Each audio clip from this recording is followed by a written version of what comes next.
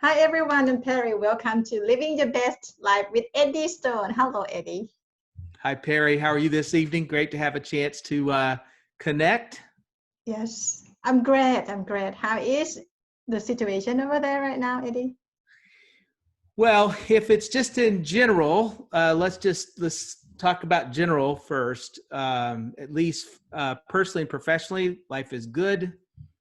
Just had a nice chance to celebrate our Independence Day that I celebrated with my family, which was fantastic. And I know around the world, for the most part, people really enjoy celebration of Independence Days. And here, traditionally, it's quite a lively time, although with all the coronavirus, it's very muted. I guess some locations had fireworks and things like that, but not everywhere. So I spent it with my family, and it was great. But it is a very warm time of the year. It's probably like it is a great deal of the time in Thailand, but it's not uncommon right now to be 95 to 100 degrees and Fahrenheit and humid. So what is that, about 33, 34 in Yeah, maybe. Celsius? Does that Celsius, sound yeah. right? Yeah, Yeah. yeah. Unfortunately, the coronavirus, I think our situation over the last month has gotten worse. You know, we got better, and now I think we're averaging almost 50,000 new cases a day, which is very concerning. Several states, California, Texas, Florida, really high numbers. But one good thing is it appears the death rate against the diagnosed rate has dropped. And they believe some of that's because it's younger people that are being tested positive. So we just need to make sure over the course of the next few weeks that the younger people don't wind up infecting the older, more vulnerable people. So it's still, I hate to say it, Perry, but it's still quite a mess. And I think people still need to be very mindful of trying to protect themselves, right? And not be around sick people if at all possible, and social distance and wear a mask and do all these things they should do to try to protect themselves and the people around them. And I just sort of hope and pray we can get ahead of it because it's going to impact how kids go to school in the fall. And I'm envious of how you guys are doing in Thailand. I see that your lives are just about back to normal. I know you're supposed to be careful about wearing masks and check your health and things like that, but we're behind that. But I'm hoping we can catch up, right? It would be good to at least get somewhat back to normal. It's not yet back to normal, and so still got a lot of people not working and a lot of people scared, particularly older, vulnerable people. So it's still a worrisome time. Yeah, but I hope and I know that things will get better soon too, everywhere in the world. Yeah. It's who knew? I think we were all so optimistic when it became 2020, right? A new year, a new decade, and boy, it's not quite turned out like we expected. So we're still being tested here, right? We still got work to do. Uh-huh. And today, Eddie, what are we going to talk about to share with the audience? You know, I thought I would talk about a subject. We've just published an article on this, and we did so because it's important, but it's not the kind of thing that you read about in the newspaper, and that there's a lot of not a lot of information being discussed or awareness for consumers, and that's the challenges associated with being deficient in potassium. Potassium, most people, when you say potassium, they think of an electrolyte.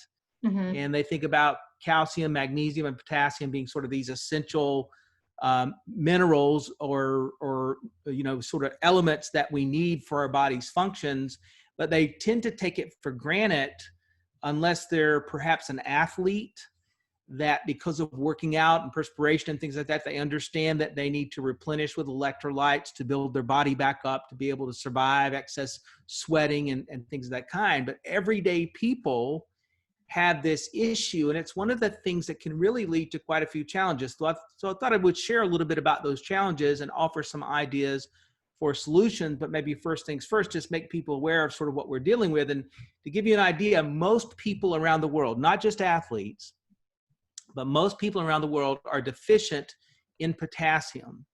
And they've got symptoms that are really unidentified, creating all kinds of challenges in their lives that they don't realize the role that potassium is playing in that problem. And in fact, the estimates are in the developed parts of the world, places like the United States, that the numbers can be as high as 98% of the population are deficient in potassium. And some of that goes back to people eating high processed, ultra processed food diets, not getting a lot of fresh fruits and vegetables, and frankly, not drinking a lot of good, clean water.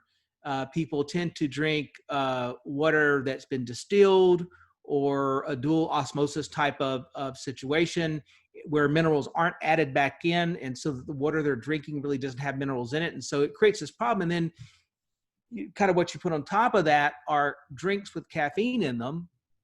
Let's say coffee or sodas, things like Coke or Pepsis or Mountain Dews or whatever happens to be. Even tea, even black tea, really acts as a diuretic. And so it's almost like for the person that is exercising aggressively, an athlete, they're sweating profusely, their potassium levels drop. Well, for regular people, it's really happening the same way because the food they're eating, the beverages they're drinking have a diuretic type of quality. So it's an essential mineral that you need, and it's responsible for all kinds of things. For example, helping to control your blood pressure. And so potassium plays a central role in that. The contraction and the relaxation of muscles. It helps to balance fluid in the body. And in fact, your potassium levels can get so out of sorts that it can make you vulnerable for heart attack or even, not just cardiac arrest, but your cardiac muscles not functioning properly. And it's also essential, and most people, this is one they really don't realize, it's essential for the function of the central nervous system. And so it's important to pay attention to it because it protects against things like stroke. You hear about osteoporosis, right? And most people, when they think of osteoporosis, they think of a person having a challenge with calcium. But if you don't have the right mix of, say, potassium and magnesium, then you're really not going to properly absorb calcium. So it plays a role in how your body deals with bone density and osteoporosis. And it's also important for kidney function. So there's all these kinds of things. So let me give you sort of this list of red flag issues to pay attention to. And the first one is, this one's pretty simple. For people that have sort of chronic aches and cramps and spasms in their muscles, one of the first things they want to think about doing is trying to hydrate themselves with mineral-rich water. And even if that means they've got to buy water and add, say, a hydration tablet, an electrolyte tablet to that water. And any place I've been all over the world, every continent I've been to, even underdeveloped parts of the world, you always see these things, right? And so having mineral-rich or access to a mineral-rich tablet of something to put in your water for hydration and replenishing electrolytes can be really critical. And that's partly because the way potassium works, it not only does it play a role in how muscles can contract, right? And so I'm contracting my hands right now. If I go to leap, I've contracted my leg muscles to leap, or if I go to lift something up, I've contracted my muscles to draw strength from them. But it's also important how those muscles then relax. And when you don't have a proper balance of potassium, then you get a cramp, right? And it's not uncommon. We might see a soccer player, late into a game, they'll say, we're going to have to pull out X player because they're having cramping issues, or basketball players or football players. And so we think of it that way for them, but it's also true for everyday people that aren't professional athletes. And then, of course, the other thing to really consider is the role it plays in high blood pressure. And so it is true that people with high blood pressure are often also overweight, are often also out of shape. Their high blood pressure can be reflective of a bad diet or the development of cardiovascular disease, or even you hear warnings about a diet that's got too much sodium in it. Well, potassium can play a role in helping balance out some of those high sodium diets. And so all those other things are true as well. We're not trying to isolate that high blood pressure is singularly brought on by depletions of potassium, but potassium plays a critical role there. And so as a person's thinking about how to manage their high blood pressure through diet, exercise, meditation, managing stress, staying hydrated and restoring electrolytes to their body, including potassium, is also a critical thing to think about when trying to manage high blood pressure. And then another one to consider if you're sort of making this list, right, of things, cramps, spasms, high blood pressure, put fatigue on there. Fatigue is an interesting thing, and we live in a modern world where I think we can be fatigued by stress, worrying about things like coronavirus or politics or whatever it just happens to be, because there's plenty of things to worry about, right? And it interferes with our sleep, and so we can find ourselves not being, say, sleep deprived. But fatigue can also happen to someone that's well rested, has a decent diet, and is in pretty good physical condition. In cases like that, they might consider, are they getting a proper amount of electrolytes, including potassium? Because potassium is literally a part of every cell in the body. Right? You're talking upwards of 100 trillion cells in your body, and it's critical in the function and the fluid in the cell that's there to help with the production of ATP, which is sort of that energy source at the cellular level. It's kind of the mitochondria, through its respiratory action, creates the ATP, which is really that internal energy source in the body. You turn food into ATP, oxygen into ATP, right? That's the energy source at the cellular level. And so if you don't have the right balance of potassium, then that system can get out of whack. And it can go from fatigue, but then also digestion. And here's an interesting thing. So potassium working in the central nervous system and the proper function of the central nervous system also becomes this communication pathway between the gut and the brain. Mm-hmm. And so if you're depleted of potassium, and this can happen with someone that gets heat exhaustion or heat fatigue, and they pass out from it, can be subject to dying. Well, in addition to what's happening with the heat, they also become depleted in potassium. And so the brain can't properly communicate with the gut. And so the signaling system in the body is off.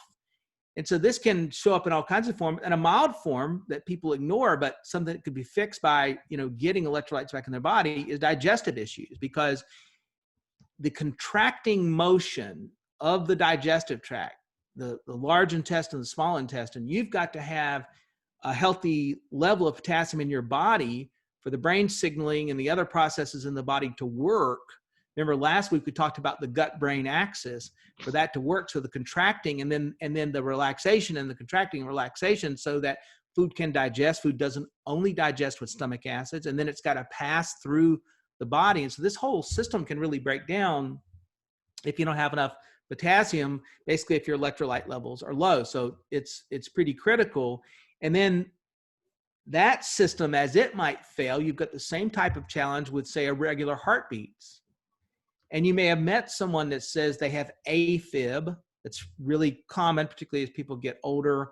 But oftentimes a heart palpitation, irregular heartbeat, even a racing heart or skipping heartbeat can come directly from being low on potassium and other electrolytes. And so it goes back to hydration, right? And so, we've got all these red flags: muscle spasms and cramps, high blood pressure, fatigue, particularly if it's unexplained, digestive issues, irregular heartbeat. And let's go further down the path, talking about how it might impact your central nervous system: tingling and numbness. Someone goes on a long walk and they come back and they're like, oh my, I got some tingling in my fingers or other things like that. And they don't associate with being dehydrated and their potassium levels being low. And so all those things are really important to think about and observe and know, hey, do I need to be drinking more properly mineral supplied water, right? Thinking about that type of stuff. So particularly for someone that drinks mostly distilled water or water that's been filtered with reverse osmosis, they need to consider that. And then it can lead to brain fog and even mood changes. If these signals aren't working properly, all the way down, maybe the last one to mention that's not uncommon is people that have trouble with urinization and their increased urination. So here's how this thing gets into a terrible cycle. Your potassium levels can get low, causing you to urinate excessively, which then makes the problem worse. And so hydration and making sure you've got a balance of potassium is really critical. And there's a lot of ways to get potassium in your diet. From food, I got a little list I made. I was going to just sort of read it off here for those that sort of paying attention to this. So avocados, because of their fat content, are very rich in electrolytes, including potassium. Same is true for bananas. Now, that's pretty common. Most people realize that. And now be careful not to have too much from a banana standpoint. Don't just get all your potassium there because it's got so much sugar. Beans are generally thought of as being high in potassium. Broccoli, coconut water. Over the last couple decades, coconut water has become wildly popular here in the States and other developed parts of the world. For that reason, spinach and most of your dark green leafy vegetables, they're going to be rich in minerals, including potassium. Peanuts, pomegranates, potatoes, sweet potatoes particularly, a better mineral count for the most part than potatoes. Now, you can find some organic white potatoes that will have a good mineral count, but sweet potatoes just in general, Swiss chard. And then finally, now this is one of the things I love this time of the year where I live here in North Carolina, is we have watermelon everywhere. And the great thing is that watermelon is a wonderful source of potassium, which is good for me because I eat it all the time. And my dog Boomer, he loves to eat watermelon with me. And so we both have plenty of potassium because of that. So it's something to consider. And listen, if you're someone that doesn't have access to that list of fruits and vegetables I mentioned, or you don't like to eat fruits and vegetables, or you don't have time, let me suggest you try our super green juice. That is very specifically designed, the 44 different fruits and vegetables in there, to give you a source of a rich source of minerals, including calcium, magnesium, and potassium. And so it's very easy to just get yourself a serving per day to kind of make sure you get the potassium levels you like. But I like to see people get it from food, but we do have a convenient alternative. So I thought I'd bring a little sunshine to a subject that this time of the year, it's hot. Most parts of the world, maybe not our friends in Australia, but most parts of the world, it's summer and it's warm and it's hot and people are sweating a lot. And so being conscious of proper hydration and potassium and magnesium and calcium, those are important things to be healthy and all your body systems to work they should. Well, it is convenient, Eddie, to get your super green juice, right? To have all these kind of very convenient. minerals. And may I ask about it, because you said we should concern about banana when taking banana because it's high in sugar, right? How about watermelon? Sugar and watermelon? Well, there is sugar in watermelon, but it's not as glycemic. Even though it breaks down pretty quickly, it won't cause your blood sugars to rise as fast. And for most people, when they're eating watermelons, there's so much water in it. I mean, watermelon is a very apt name. They're going to have a counterbalance with the amount of water they're consuming. Now, there is sugar there, though, to make no mistake, but you can eat much more watermelon and not get as much as, say, one full ripened banana, which has almost no moisture content or water in it, right? So it's about that balance, but all of it should be done in moderation. Even good things need to be consumed in moderation. You can abuse carrots, you can abuse broccoli, kale, and cabbage, right? So it's important to try to have balance and consider moderation with watermelon as well as bananas. Yeah, plenty of watermelon. So today I will start looking for watermelon to eat then. I have to say, I love the smell. I love the taste. And over the years, you've seen a lot of farmers have, through the hybridization process of how they grow them, they're just so good, and there's not as many seeds as I think I remember as a child. Maybe I'm misremembering it, but I love it. Love watermelon. Okay, Eddie, thank you so much for today. So we see you again next time. Okay, see you soon. And next time, Perry, we hope to have some exciting news about Thailand. So I'm looking forward to it.